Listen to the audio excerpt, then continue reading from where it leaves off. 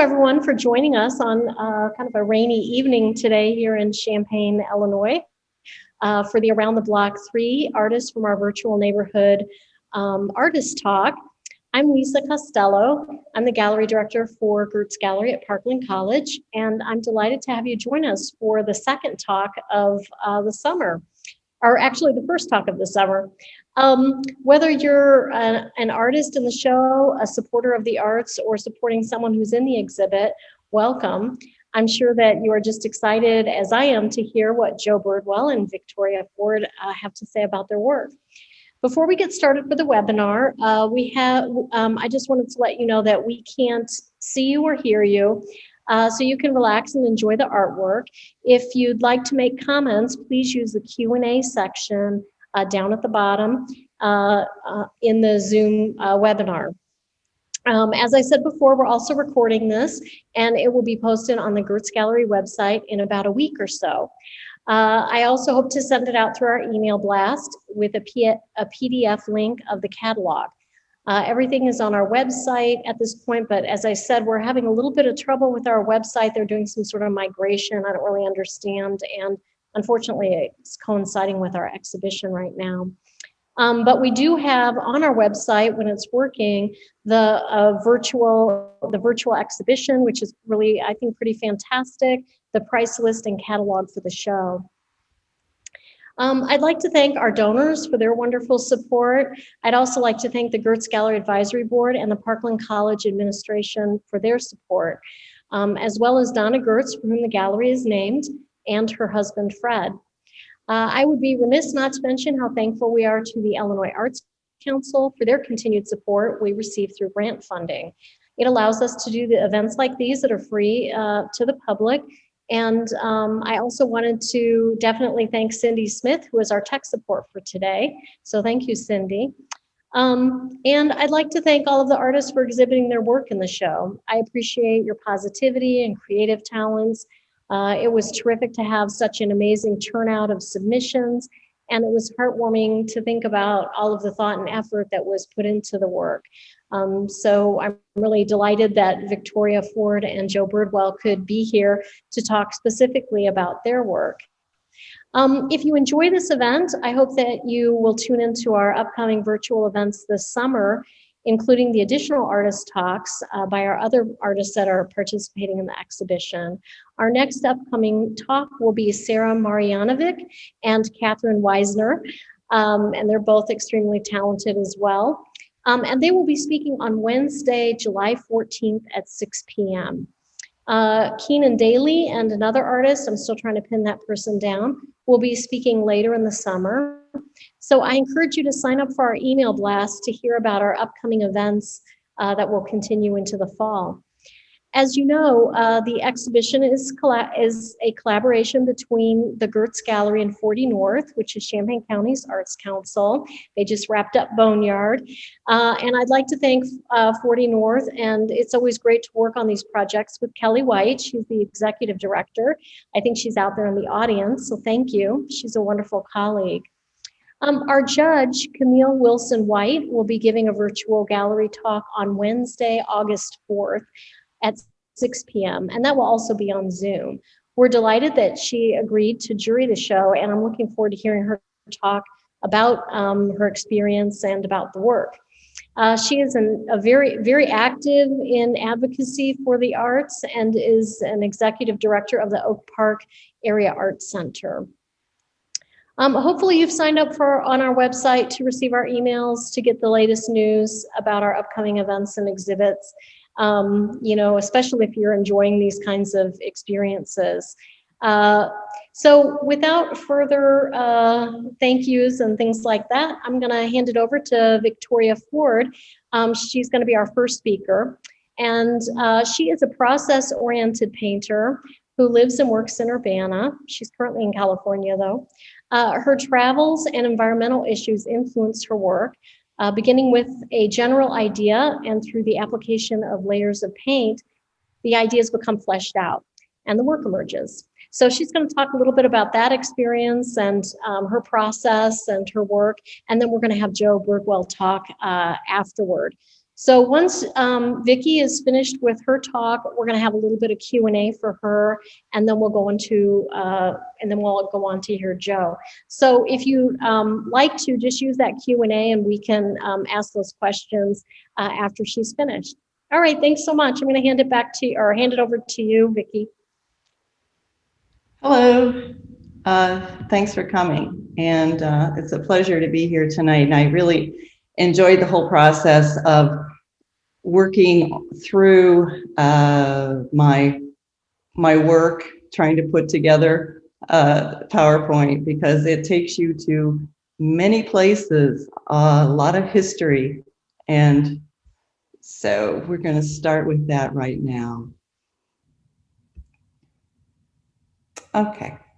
So the piece that I had in the show is called Breakthrough, and I'm going to make our faces smaller. Okay, got rid of that. Okay, now, oops.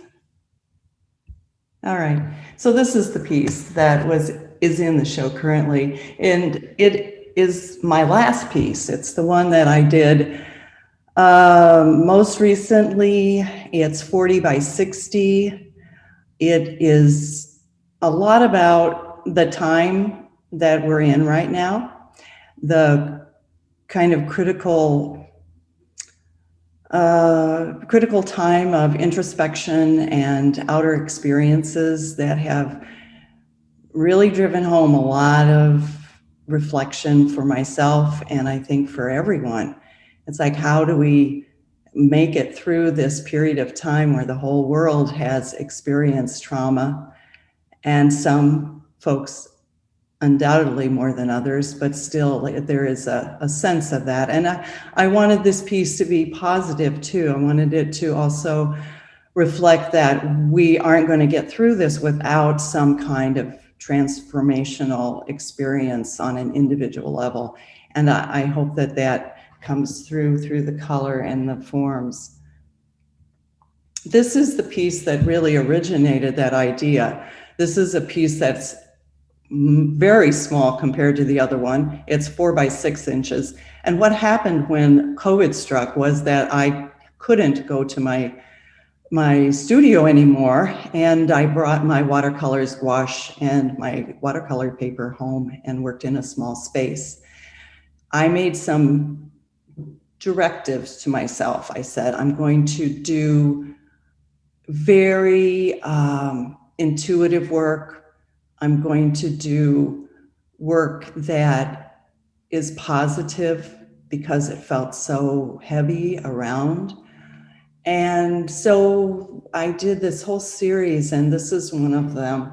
And of course, it translates to oil paint and largeness much differently, but I think that the idea of that transformation comes through. This is another one from the series that I started early on in Covet, just playing with lines and shapes and water and the fluidity of water. A lot of times I would take black ink, Sumier ink, and paint one day and then come back and paint with color the next after that had dried. And I often didn't use paintbrushes. I worked with a yucca plant that I had chewed the end of it, that a Native American woman had given me in the Southwest, who was painting her pottery. I asked her about it. She said, here, have some of these. So I brought them home, and I just love the lines, the quality of the line, because it breaks and you don't always know where it's going to go. But then there's this sort of playing off of, riffing off of those lines, like jazz, like music, like, well, this happens, so this happens. This was definitely I used the yucca for the blue line. And I've taken Sumier painting from Shozo Sato over the years, and I really enjoy line and playing with line and using thin Japanese paintbrushes to create a line that has character. And this is the last piece that I did actually 2 weeks ago. Again, I used the yucca plant to create the black and then going back in. And I've been experimenting since then on very large, long papers that I hang on the wall just with the black ink. And I'm using a brush I got at a garage sale that's about 10 inches wide, and it's used for putting asphalt on roofs, but it just has an interesting character. When I got back in the studio, I wanted to warm up again. I wanted to get physical. I wanted to get bigger. And so this piece of paper is probably more like 23 by 30. And I put it on the floor, and I used the Sumier ink again with a very large paintbrush that my son had given me, so that there was a physicality to the movement. There was an energy that I could put back into the movement of the paint. And here's another one from that series. I also got paint all over the floor and the carpeting of my studio, but that's what they're for, really. Here's another one. This is one called View Through Covet. The original image that I derived this from was actually a shadow cast on the wall. And it was so beautiful. And then I've used shadows before and done things, paintings, but mostly charcoal paint drawings about shadows and just letting them lead me. And I wanted to have a hopeful painting, something that we're looking through this period, maybe a dark period, but there's something luminous, something that is reflective of a change. And this one may look extremely different, but I started this before COVID. And it was something that I had worked on, the thought of it, for a long time. I saw this image in the New York Times, and it was about the Big Bang, when they finally were able to record that first initial burst of energy. And what I did was study the lines and where the lines moved and changed, because I'm really interested in energy. It's like the energy of that paintbrush, right?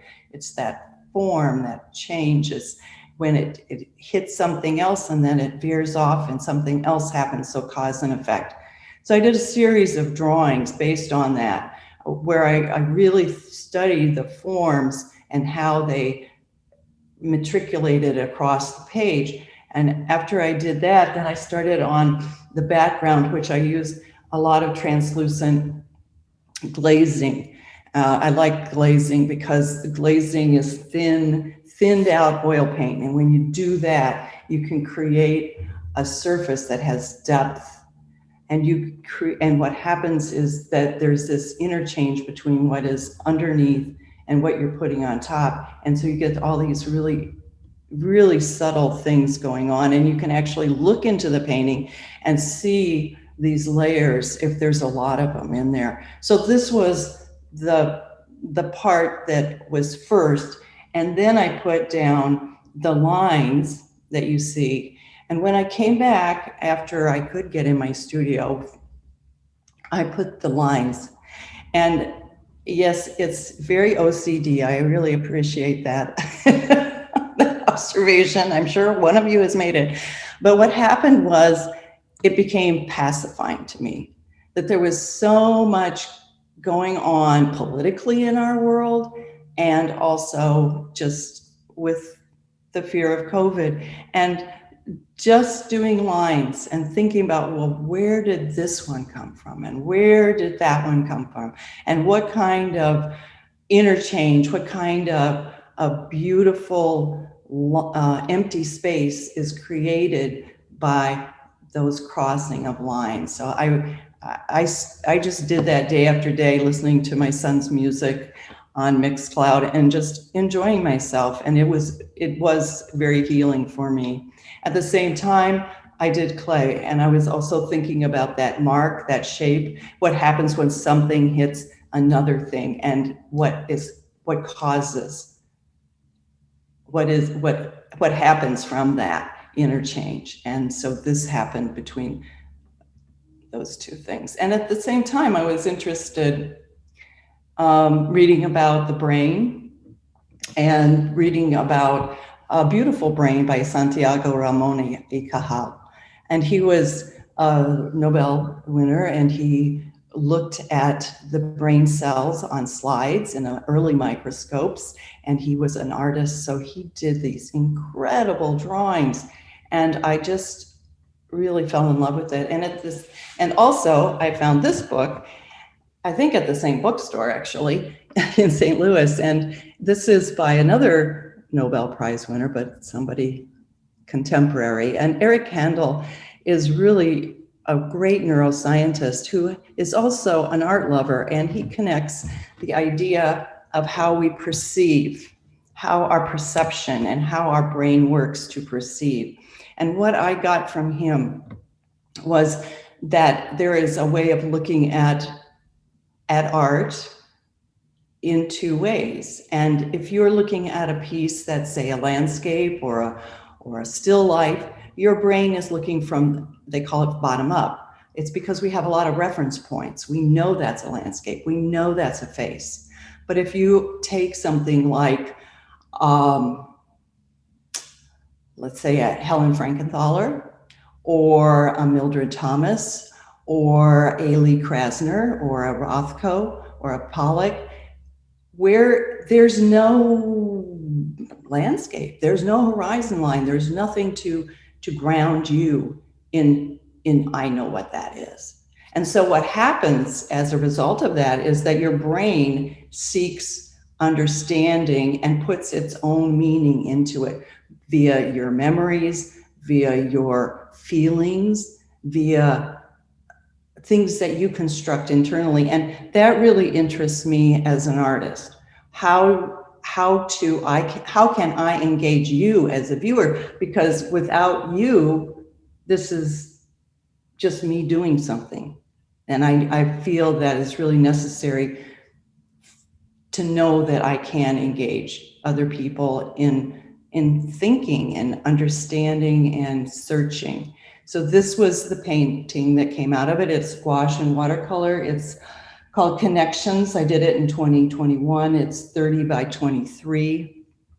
And I did it so that trying to put those ideas of Kandel and Santiago together so that you have that openness. You go into the painting at the top and you descend into it. And then there's all this complexity. And I've thought of it in other ways, because besides practicing painting, I also practice meditation, and I think about it. Sometimes my head is like down here, and it's got all these connections, all these thoughts, all these constructions of the mind. And then as I relax, then I can come up to a more open space. Also, I did a study of yin and yang, and this is yin and this is yang. So I was thinking about how life comes in and life goes out, or how there is this constant movement. It's always moving between something coming in or something going out. And, there's many mythologies about that, but I just wanted to experience it myself, through the paint. And so that's what these are about. This is sort of on the same line. I've been doing ceramics at Parkland through classes with Chris Birdie. And one of the things that I've really wanted to do is think about how can I do clay the way I paint? So can I create something so that I can respond to it? So instead of taking a slab of clay and letting it dry, so then I can mold it over, say, a tube, and it'll stay in that tube form, I actually take it when it's still moist, wrap it around that tube and let it, and connect it together, but then let it form its own form, and then work with it, and then respond to how that happened. That interests me more. And I'm going to skip ahead. Lisa, how am I doing on time? Okay. So, I'm sorry, you're doing well. I talked a little bit earlier, so I think you've got about 3 more minutes. okay. So I'll do a quick one on this. Weaving has been sort of a standing thread, to make a pun, in my work. And this one is called Light in the Darkness. It was also, that sort of metaphor of both things existing simultaneously that I play with. And this is an earlier piece called Hope, where I'm also playing with that duality. This is a large piece, it's 4x4 foot. And then I was doing small things with wire drawings, I call them. I've done probably 45 or 50 of them, where I take wire, and these are 4x6 inches. So that's another warp in dimension. But in it, I'm trying to explore impermanence.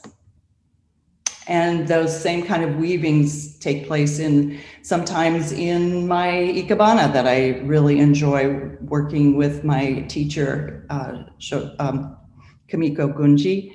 And I made the piece down below, that soapstone, and the wooden pieces that I've woven together. So I'll just quickly go through the last ones. These are earlier pieces, River. And this is Water, after I went to India. This is called We Are All Connected. It's also after I went to India. And this is the last piece I'm going to show. It's my a heart shield that I did in the 80s. And I was visiting with my sister recently, and it's in her kitchen. And I have always loved this piece. And I think that it really it's still what I'm doing. It's still those lines. It's still those creating shapes and playing off of each other.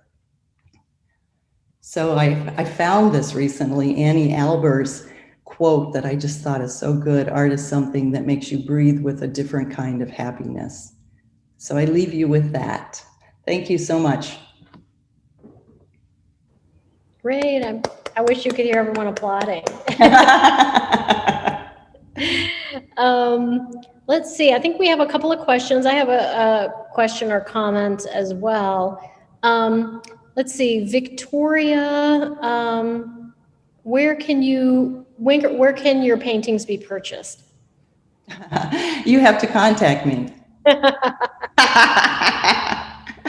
No, I don't have a gallery. And, okay. And they can always contact me if they're interested in your. Yeah, there you go. Today, then I can always pass that information on to you. Yeah. And then someone was asking about the two writers that you referenced, and one I got was a beautiful brain by, I don't know, and then the other one was Reduction in Art and Brain Science by Eric Kandel. Yeah. So, yeah. So what was the question? Those were the two so far. Somebody wanted that. Okay. But, I guess I was wondering, and you kind of touched on this a little bit with your presentation, but I think back, and I know that you have a background in metalsmithing, and you're now taking classes in ceramics and ikebana. Yeah. So I think of you as being really interdisciplinary. Yeah. And, you've continued to learn. I mean, I've known you for quite a while. And so you're always investigating new art materials, or like even you mentioned, I had to laugh that you found a paintbrush at a garage sale for tar roofs. So how does that affect your work? Like, say, and I see it in like some of your drawings where you're doing the wire drawings, but like, how has taking ceramics now, when you go back and see your paintings or you start working on things, how has that changed you, or your experience with those materials? It just gives you a fresh viewpoint. I think more than anything else, it's an investigation for me. I feel like an explorer every time I do something, and it does feed you, it feeds your heart, and and there's things about clay, like I mentioned, that it's very plastic, and yet you can't see through it. It's there. And so that's very different from painting. So I kind of enjoy that difference too. They're very different from each other. Yeah. That's really And I like sculpture. I've always, I have done sculpture. And so it's that material that you can take away and you can add. Yeah. And I feel like a lot of your work is, I don't know, I guess about impermanence or kind of that in between. You talk about energy and cause and effect. In addition to maybe the brain, what are some of the other things that really inspire you?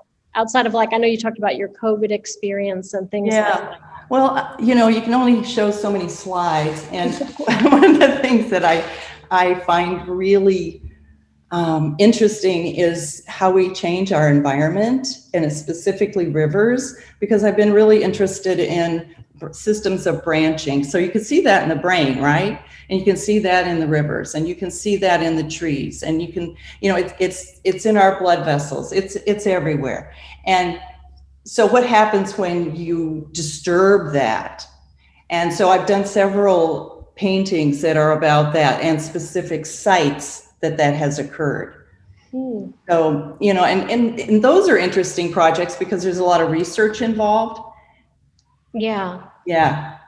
Which is always fascinating when you start down some sort of rabbit hole and amazing. Yeah. Terrific. Well, thank you. You're welcome. Thank you. Comment, and it's from Kamiko. I think it's your instructor with Ikebana. She said, "This is not a question, but please let her know the talk was excellent and all of the work is impressive." Oh, thank you, Kamiko. Nice. All right, great. Well, thank you so much. That was terrific to hear you speak. And and now I'm going to hand it over to Joe. Let me see. I'll just give you a little bit of an introduction to Joe. So Joe Birdwell is a multimedia artist who lives and works in Urbana. Art installations, multimedia, sculpture, printmaking, drawing, and painting are areas of her continued research. She exhibits nationally and internationally, and she teaches at Lakeland College Fine and Applied Arts. It's interesting because I'm Facebook friends with her, and I'm sure some of the people in the audience are as well, or Instagram. And she goes on walks and has been documenting this whole year with her walks with her dog. So I don't know if that's going to be included in her talk or if that's just something that she's doing because she's artistic and creative and wants to process this whole COVID pandemic in a different way. But it's really interesting. You can friend her and follow her because she's always coming up with really interesting things. And I know Viktoria is also a dog owner, so so we've got some people who go on walks and see all sorts of things different times of day. So I can also reiterate while we're waiting for her to get back on, I can talk a little bit about our talks that are coming up, or I guess, I don't know, Vicki, if you would want to answer some more questions. I kind of got out of that, but I can go back to it. I think, are you on mute? I think you're on mute, Vicki. Yes, I'm back. So after, I know that you and Joe know each other, you kind of go back a bit. And you're both, in some ways, you're both kind of really experimental and interested, you don't limit yourself by your medium. So I think that's kind of an interesting idea to talk about a little bit, of maybe will lead us into maybe her work too. Not to be on the spot. Sure. I think sometimes the idea precedes the material. Yeah. Sometimes the gem or the little gut of the idea gnaws at you for a while, and then it becomes clear how that can best be represented.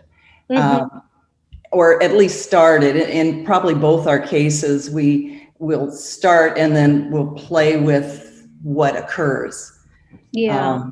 And so, yeah, I like that journey. It's, and because there is unexpected turns, just like life. Mm-hmm.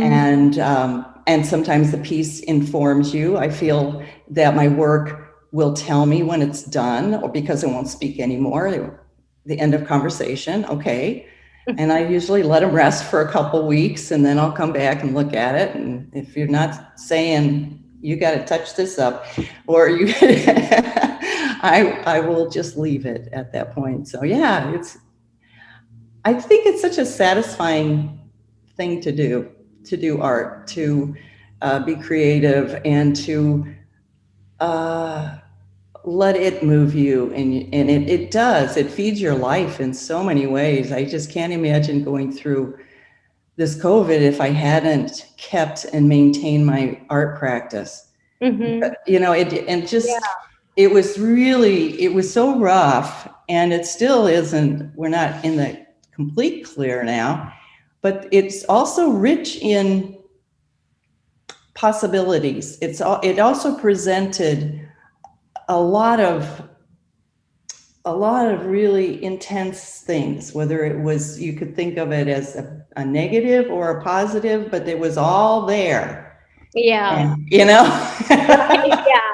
Really makes you kind of reevaluate things because, you're so busy, or I'm so busy all the time. And then when you have this kind of time of isolation and stillness, I guess I was still busy, but, I wasn't traveling or doing anything. Mhm. It really gave you time to think um, Yeah, and yeah, reflect on what's important. So, yeah. I think that's the key. Hey, there she is, all right. Okay. Jody. Hi, Oh, Jody. hi. Let's see. How's that? Oh my goodness. Hi. I Hi. made it. I made it to the party. Uh, sorry about that. I already read my little introduction about you, so I'm going to let you get started. I'm Joe Birdwell, and a little bit, just let me introduce myself. Thanks, Vicki. It was great to see you and your work. I loved the little watercolors you did, I'm more of a minimalist, so I kind of enjoy those little gestures and that articulated pattern that you have in that blue piece too, with the meditation idea. Welcome to the computer again, everybody. We're all here again and doing this computer thing, but it's kind of cool because then you can, show work instead of being at a gallery and just only talking about what's there. But I wanted to let you know who I am. I'm living in Urbana, and I've been living in Urbana, Champaign since '91. I moved here to go to grad school in printmaking. And so I left South Carolina, where I'm from. My family still talks like that. And I never really did talk like that, but I kind of like it. So, oh well. I moved here and worked in printmaking and was more of a painter printmaker, very spontaneous, and did a lot of monotypes and monoprinting, and enjoyed some intaglio deep etch stuff too. I then I worked at the Credit Art Museum with Vicki as an installer of shows. That was a really great experience. Worked at Parkland teaching adjunct, and then found a full-time position at Lakeland College, and I've been there nearly a quarter of a century. Surprising. So I'm going to be retiring sometime, but nonetheless, I teach 2D design, 3D design, ceramics, and printmaking, and I love all those classes. You'll see how that could inspire me. But as far as what inspires me, teaching those classes, I teach different assignments every semester. I can't fathom trying to redo things too often. And so I shake it up each semester, and I kind of piggyback on what I've already done, but I still have to reinvent as I go as to profess, the greatness of being able to, have the privilege of making art. So nonetheless, that's an inspiration to me. And I think I heard right when I could not get on the video part, Lisa talking about my Instagram. If you want to meet up with my Instagram, you can check out. They get old. I send a lot of photos of like the ground, the middle ground, and the sky, and architecture. And I really kind of quickly, what I try to do is zoom in really fast on compositions. And I walk 2 dogs at the same time while I'm trying to do that. So I can't really do a lot of thinking. It's just fast. What I've decided to do recently is to stop in the moment. And when I'm walking the dogs, and I'm really into allowing your dogs to smell a lot, everything they can, that really stimulates them and gets them going and helps them, enjoy their lives. And so when they pause, I've decided to take my phone and look around and see quickly, what is a great composition? And I'll try to do it that way. So I'm kind of utilizing their moment, their place where they stopped as well. So anyway, that is an inspiration to me daily, as well as my students. Always. It's always this interaction of do this, and then they do something, and then I get all excited about it. So it's a great kind of way to interchange and to kind of almost play the student while you're the professor. It's a really great way to live. I feel very fortunate to have the opportunity to teach, and I just can't imagine, what life would be, really. I never knew what I wanted to be. I was in college thinking, I'll be an artist, but what to do? And it wasn't until doing a little bit of work with my professor in college in printmaking, and he asked if I would help him out in the classroom. And so I sort of became this sort of aide. And so then I helped out with that. So as far as being able to do that was a great experience to understand that I actually enjoyed teaching. So I'm going to try to screen share my work, and I'm going to go through it. I'm not going to talk about it. I think what I want to do is scroll through, do some big scrolling, and then you can enjoy without me explaining each piece kind of thing. And because there's a lot there, and I can kind of interrupt myself as I go. But I did this series of monotypes this year and last year. And let's see how I can do this. Here we go. So I'm going to scroll through and show you. I'm really into pairing like 2 items together to 2 forms and playing around with their relationship. And I'm enjoying mixed media with monotypes. I'm doing printmaking ink and pastel, and I have this little battery operated eraser that's kind of fun that I can kind of swirl around and explore where to do some subtractive work. Also some additive charcoal pencil and marker. I first lay out a marker in a collage element, and then I can print on that as a ground. So I kind of formulate grounds first and then print, but you can kind of see that underbody, that transparency of the ink, which I love. So I'm really a mixed media artist as far as I sculpt.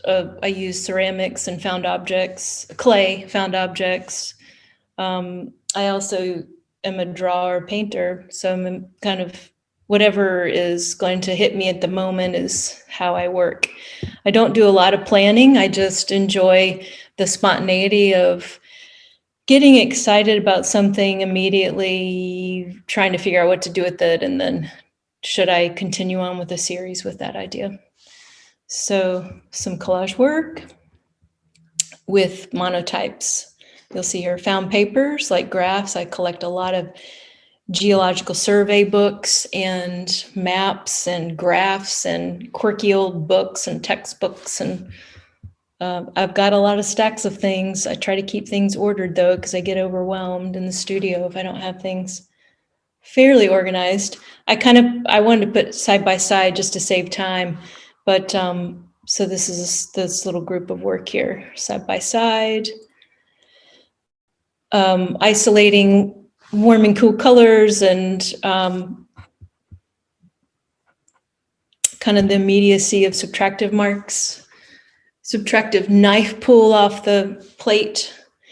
Ink up a plate, take a knife pull off of that and get some subtractive gestures. That U-turn series starts to play a role. Speaking of inspiration of students, one of my really talented students last year saw me making these and said, they're like U-turns. And I said, absolutely. You know, the other thing I'm inspired by is roadway shapes and lines. And I love the concrete and the cement work that these folks are doing out there on the road, and the curbs and the ramps and the kind of median shapes, you see. And so it makes sense that these things surface. You don't realize it. It's subconscious. I'm not purposefully trying to make this happen. It's sometimes until afterwards, you know. So I try not to have too much of a plan, because I've tried that a lot in the past and it's pretty stifling for me. So I need sort of more of a spontaneity process. Collage with cutout windows. I take something, take it out, use that leftover piece. Work paper, like there, I've enjoyed leaving the tape here and the marks. Those were testing some markers. So utilizing test papers as well, you know, for your process. You're always wanting to find out what your materials can do before you actually use them. And so saving those processes are sometimes more alive than going and doing it again in a different way. So I liked that idea. I love the monochromatic grays in the world.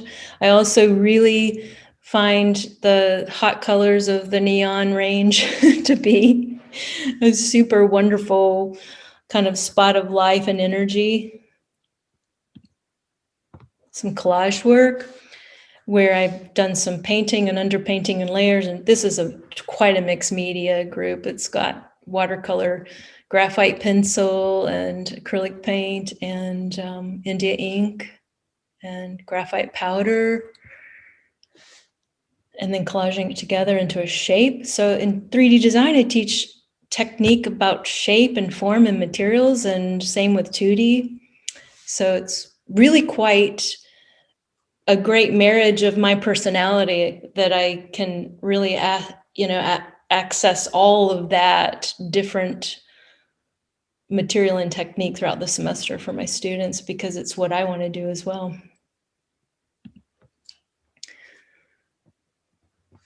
So I work slow and fast, you know, that's what it takes. Slow down, speed up. If you overdo it, you know, you got to back off or throw it away, can kill it, you know. So you got to keep it alive, and it's the constant trial of the artist, is to keep it alive throughout their life and keep going. And you know, it's been a strange year, and what have I been doing? Well, teaching online, you know, recording yourself. And I mean, it's been quite a journey that way. So it's definitely occupied most of my time, but I've been in the studio recently. I'll show you that work coming up. But this is work from a couple of years ago-ish, and still very fresh in my mind and then COVID hit, and that's why, right? Everything was a standstill after that. So it's been, you know, this kind of reference of going back to what did I do last and using that information. I love this stuff. I don't know if you've ever tried it, but it's an ink stick. It's like a block of material that's super saturated with pigment.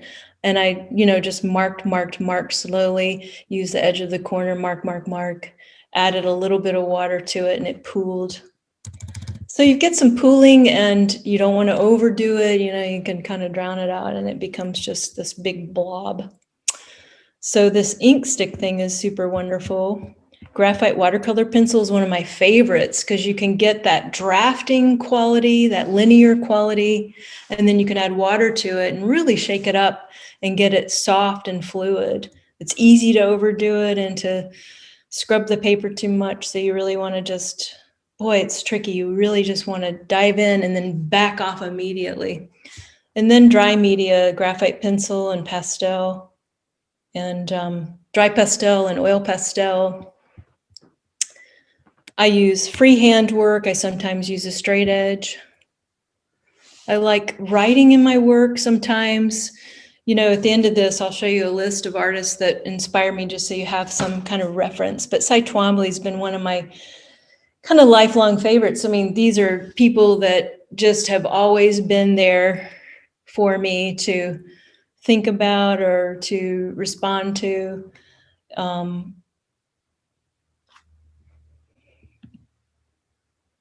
Some quietness.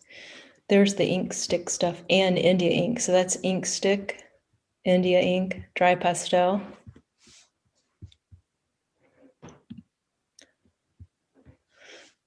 Charcoal powder, dry pastel, exploring, like trying to go back, because I used to teach long ago drawing, you know, the instruction of representational work. I mostly teach abstraction work now, but used to going back and saying, how can I do this perspective work correctly and not to overdo it, but to actually be playful with it too. And that was a fun journey to try to figure out those little domes. And the reference of this color work. I mean, just I love Richard Tuttle and how he says the artist is like clouds. You know, you're just floating and you have nothing to do. But he talks about this one video. It's wonderful. Artists are like clouds. You'll check it out on YouTube. It's this beautiful video. And he talks about how really our work is very emotional and spiritual, and we often don't even realize it. You know, I'm pretty much not trying to find a lot of meaning, but it's there. And that's the trick. It's like, but it is there. And I kind of still want to do that. So meaning, getting a little too sentimental, but I still find that I'm doing that. So you got to go with the flow of what you're doing. So this is a group of range of colors that our son made in a little weaving when he was just a small kid, but the color choices were so vibrant and interesting, and I wanted to use that. So I nailed it or taped it up to the wall while I was trying to draw this, and that's where we get this color usage here. And the expression of marks, you know, people like Joan Mitchell, and let's see, I've got my little list here before we look at it, but Squeak Carnwath and Cy Twombly and Tuttle and Sean Scully for his kind of play of kind of rectangular forms on top of an underglaze or under painting of high contrast brightness. Julian Schnabel and Thibault and Agnes Martin for order. You know, there's just so many, the range, Rosa Bonheur, the range of realism and abstract. I think it's important to open the mind to that huge range and see how can you employ that in some capacity. Sticking to some color scheme work at times, and then other times just finding your own group of colors. Some sculpture. I'm also doing a lot of ceramic work, and so I teach ceramics, just the foundations of ceramics. Our department's kind of small, so you use what you do what you can with what you have. And so I teach throwing on the wheel. I teach a lot of hand building techniques, and Vicki mentioned this idea of the using the clay as life. Clay is alive, you know, clay has life. And I love the spontaneity of when you move the clay quickly and you just let it be. And that's what this kind of gesture scoop is. This piece, this part here is so interesting because this was when I taught painting back in 1999 and onwards. We had this gesso stir stick that I kept in the classroom, and it just built up gesso, built up gesso, built up gesso. And so I had them keep using it even when it wasn't functional and practical, just for a little bit more of the time, and kind of saved it out. And it became this big gesso club and club shape.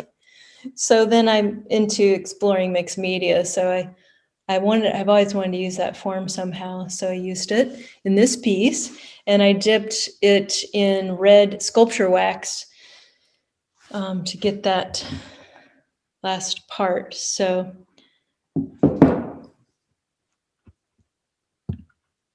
going to go through the pieces a little faster now as we meander. I'm into geometric shapes, but sort of organic in quality in their gestures. A lot of my work involves installation. So this was a wonderful boneyard show we had with Ann Coddington and Peggy Shaw a couple of years ago. And we installed this huge kind of space with lots of installations of mixed media, film and weaving and ceramics and drawing. So I used the slabs of wood I found in the space, you know, and just figured out how could I use what's there instead of bringing in a bunch of stuff. So I'm into different types of glazes that are very matte and chalky and very waxy and very glossy.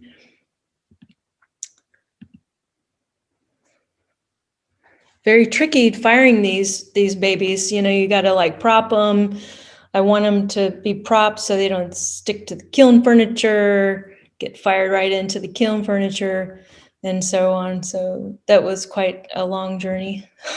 I got it figured out, but I kind of don't want to do it again. But I have done a lot with forms where I would kind of use these multiplicity of shape, like this kind of idea where I have these bars. So I was into some oxides and transparent glazes.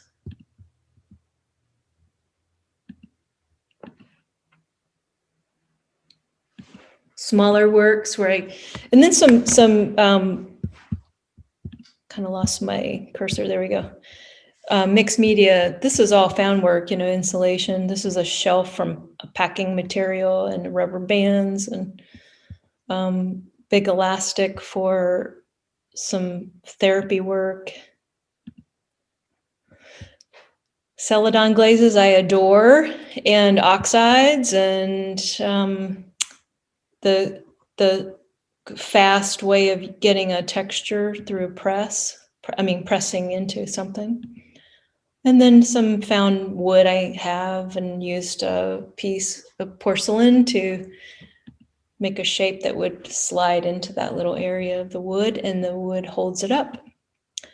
This shelf was from a dog walk. It was just a piece of plastic, bunch of yarn and staples and bands, you know, just constant exploring color and texture, shape, format. I mean, there's just so many things.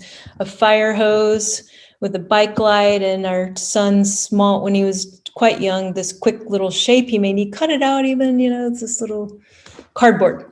So it's titled Dale and Rue, my father-in-law and our son's name, because this was Dale's fire hose collection, and he had this wound in this shape. So I did a mixed media piece off of that idea. Well, my most recent sculptures are cardboard. This is cardboard forms cut and then scotch taped all around the round edges. I wanted to like keep it really rudimentary, and how can I make this work out, and tape the edges with scotch tape, and then paint it a mint green, and then draw a red marker line across it really fast, and then dip it in white wax And so that is what's happened. Size-wise, it's maybe 20 inches long by 10 wide. Here's a shot of seeing some up close, but also here's the back. Isn't that great? When the wax stripped dry, it formed these little ball shapes. And titling these reminiscent of trying to so the back to the boneyard work, that was at 25 o'clock. And they were so kind. I just wanted to recall that they were so kind to have us in their space, and this great brewery in town. Anyway, Polly's Island I'm from South Carolina, and we would pilgrimage to the ocean every summer. And so often when I title, I like to try to keep it one word or site specific to the space or place. For my own kind of connection. Like, for instance, Polly's Island, we'd always go and have saltwater taffy. And so these big, luscious clay forms reminded me of taffy. And these are vintage drafting pencils. And so I'm enjoying getting even more playful with materials, frankly, loosening up. Drafting pencils, playing around with, there's that Sean Scully action where you have those sections, and then clay, these are clay tips for the pink and colorful areas. Playing around with grouping, Pleasantburg. So I was a dancer when I was younger, classical ballet, very into it. And Pleasantburg was the name of the road that the street that we would drive down to get to the company, the ballet company, to do our work. And so this is my connection to my life in South Carolina so long ago. And just the wonderful, the opportunity to be able to reconfigure and to recompose these multiple forms. You can really be playful with how you want to install them. That shiny gold writing, that shiny blue, electric blue. It's just so amazing. These big wads, so Polly's Island too, again, reminds me of, so this is very Richard Tudley, frankly, where it's kind of these fast drawings using sculpture. Some up close views of the texture.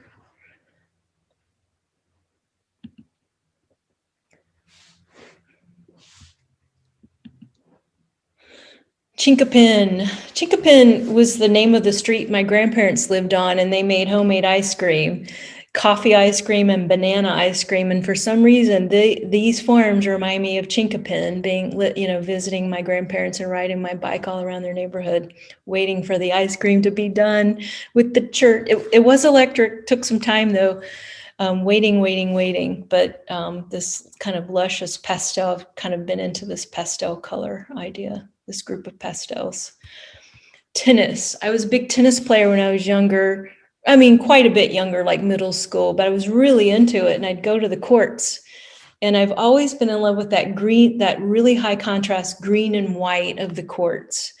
And so I wanted to do a piece that was sort of indicative. And I hadn't started the piece thinking that. It wasn't until I was ready to do the surface treatments.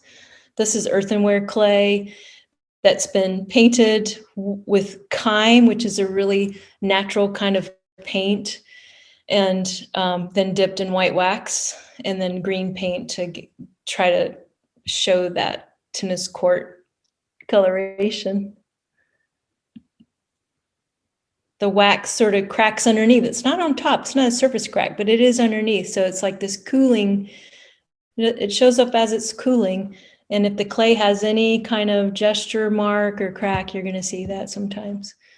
And 605 is our address. And we are a family of 3 that are vibrant. We have lots of life in us that we really want to pursue. And we have a lot of animal kingdom in our house right now. And so that red is so indicative of passion and life and lots of great potential in our world. The things I'm currently exploring, are some going now, instead of the fast, quick, like I like to carve off a bit of clay with a tool and then let it set up and then do multiplicity of that. This is hump and slump molds of using styrofoam packaging and making a slab and gently pressing the clay. So I've got these hollow forms I'm starting and then carefully cutting the edges. So it's more controlled, but there's this really wonderful surface texture that's happening with the clay itself. I like to leave those gestural marks in clay. Sorry about the what happened, the names separated, but that's a brief list if you wanted to do a screenshot of some of my favorite artists. They are worth your perusal. Wonderful inspiration for me. And end of slideshow. And terrific. We actually have quite a few questions. Okay. So I'm going to get to that. Let me see here. How do you want me to be? Do you want me to keep the work up here? Yeah, it does either way. No one's asking specifically about those works, Okay. Like individual pieces. So I don't think we're going to discuss anything, but, specifically. Okay. So someone had a comment, and also wondering about where they can find your work for sale. She said, seen your work at Boneyard, loved it. Where can your work be seen when Boneyard isn't happening? Is your work for sale? Yeah, I mean, I've always made money teaching. So I haven't really pursued. I have a website, jodybirdwell.com. So I have a website, you can leave a message there if you're interested. People leave messages there and I can access that. That message outlet goes right to my email. So I get your email from that. So that's one way. And I'm also on Instagram. You can message me. And so I don't really, haven't pursued like paying through PayPal, here's my work kind of thing. But certainly anything's for sale. And I'm happy to speak with you if you're interested. Okay, great, thank you. And then Rashmi said, not a question, knowing that both of you are working in different medium is so inspiring. Thanks for the great talk. And then Anne said, do you ever use your Instagram photos as basis for your compositions? Well, I don't pull it up and say, okay, today I'm going to try this. And that's a good question, Anne, because I wondered if that would come up, because I do live my life through spontaneity often. And so it may be someday that I'll have to refer to that or want to. But really, probably what's happening is a subconscious collection of library images, that are slowly seeping out of my brain, as I work. Cool. Let me see. Rashmi asks, do you use any medium or solvent over the oil pastels? No, and that's an interesting question, because artists definitely do different ways of working with materials that work for them. And there's honestly no perfect way, but I tend to never spray my dry pastels with a fixative, because it changes it darkens it. You lose the subtlety of the value range. It saturates the powder. And so it leaves the work kind of precarious, but I don't care, because I'm going to move on anyway, and I'm going to protect it as I can. But as far as oil pastel, no, I don't. I mean, honestly, I have to use stuff that's very mild in smell and scent, because I suffer with migraines. And so I use a lot of water-based materials and earth-friendly materials as much as possible. And if I have to use anything that's solvent or oil-based, I have to go outside, frankly. Yeah. Well, that makes sense then. Beth says, I have always admired your work in group shows locally. I have never met you. Am delighted to see and hear you online. and then exclamation point with a squeak car wash. Yeah, Squeak. Yeah. Yeah, Squeak's great. You can get on, thank you, Beth. You can get on Squeak's Instagram. You can follow her, and she posts some beautiful, zoomed in areas of her paintings in progress. Squeak's, her name came from when she was born, she was premature. So I think her dad, maybe one of her, probably her dad or mom, probably I think it was her dad, from what I recall, called her Squeak because she was so tiny, it's just a little squeak. Yeah, that's a sweet story. Yeah. Let's see. Beautiful works, Haley. Paula requests that you go back to the artists that are influential to you. She Sure. wants to take a look at those. And then Sheila said, thank you. Paula said, love the work. And then Noah said, what importance does bringing found objects into the studio have? Is it purely formal qualities you are after in these objects? Also, hi, Jody. Thanks for the talk and sharing your work. Miss ya. Oh, Noah, I miss you too. Noah's an amazing artist, and I will push his name out there too on my Instagram. If you find me there, my name's Jody Birdwell on Instagram. Noah, your question about found objects. Found objects. Honestly, I just find things on the road or wherever I am, or I kind of I've been doing found object work for a long time. And meaning every once in a while I want to use something and I've got a little stash of stuff. I've got this box called Objects of Interest, and I just stash it in a box and pull it out every once in a while. But the meaning of using, I love the history. I love antiques, but I don't collect a lot. But I love the history of someone sitting in a chair, having sat in a chair 100 years ago, and then you sitting in it, being a part of that world and that life.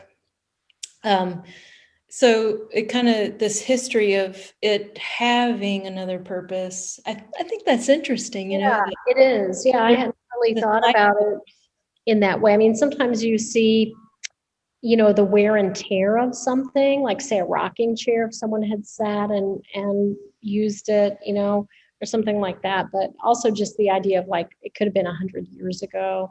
Yeah, and it doesn't have to be an antique, Noah. It can be, just something that's beautiful in its own measure, and saying, hey, I'm going to try to use that somehow. And it's cool to be able to upcycle, Yeah. Or like those pencils that you use, they were perfect. Idea store, the idea store. Speaking of that, I'm going to make, I don't know if you can see this, but I found all these envelopes at the idea store. Oh, very nice. Yeah. And I want to make a ground out of this and print on them or draw on them. Yeah. Open them up and make a larger ground. So the idea store is a great reference for paper products and any kind of object, really. Yeah, and a shout out to the art coop as well. They have such great art supplies. Absolutely. I've got some of your, like the ink stick and things like that. Or absolutely support the art coop. They're amazing. They've got a lot of great stuff and great women that run that show too. Yeah. I've got one final question, I believe, and that is from Anne. And she is asking both you and Vicki. I don't know if Vicki wants to pop back on or not. She said, can both of you talk about the additive and subtractive qualities in your process? Go for it, Vicki, if you want to. Adding and subtracting. I think I'm more of an adder than a subtractor. My work, I'm really into building layers, and often, as I mentioned before, really translucent glazes, building so you can see through and you just build up structure that way. So it's kind of an additive for me. Yeah. Yeah, I think that's true, Vicki. I've known your work for what, 30 years now, it seems like. Yeah.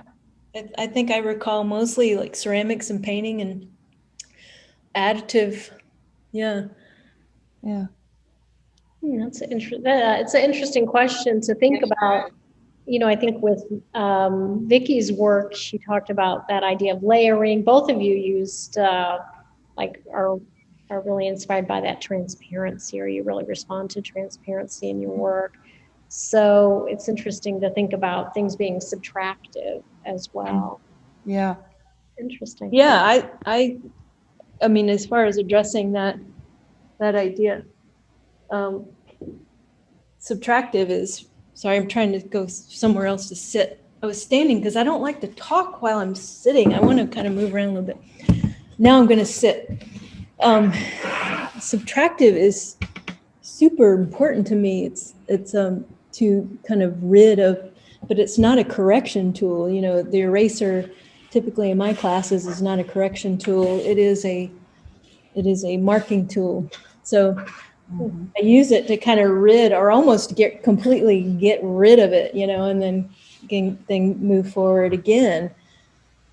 And so I love the idea of that layering, and then how it interacts, like when you get an edge or an opening, and then how does that interact with the foreground, middle ground, background, ground. Mm-hmm. Kind Yeah, of cool. I think I would say when I'm doing Japanese flower arranging, ikebana, then it's very subtractive. Then I'm really working with the idea of freeing up space and interrelationships between plant materials, and that's where I really get into that process. Yeah. Yeah. Well, Agnes Martin's name is spelled incorrectly, I see here on my. Take the E off and you got it. Great. Well, thank you both so much. It was so interesting to hear both of you talk, and I love how you guys kind of have overlapping issues and then very different at the same time. So I'm really happy that it worked out that you could both speak on the same night. So thank you. Really fascinating. Thank Yeah. you. It was quite an honor to be asked, and thank you for having us.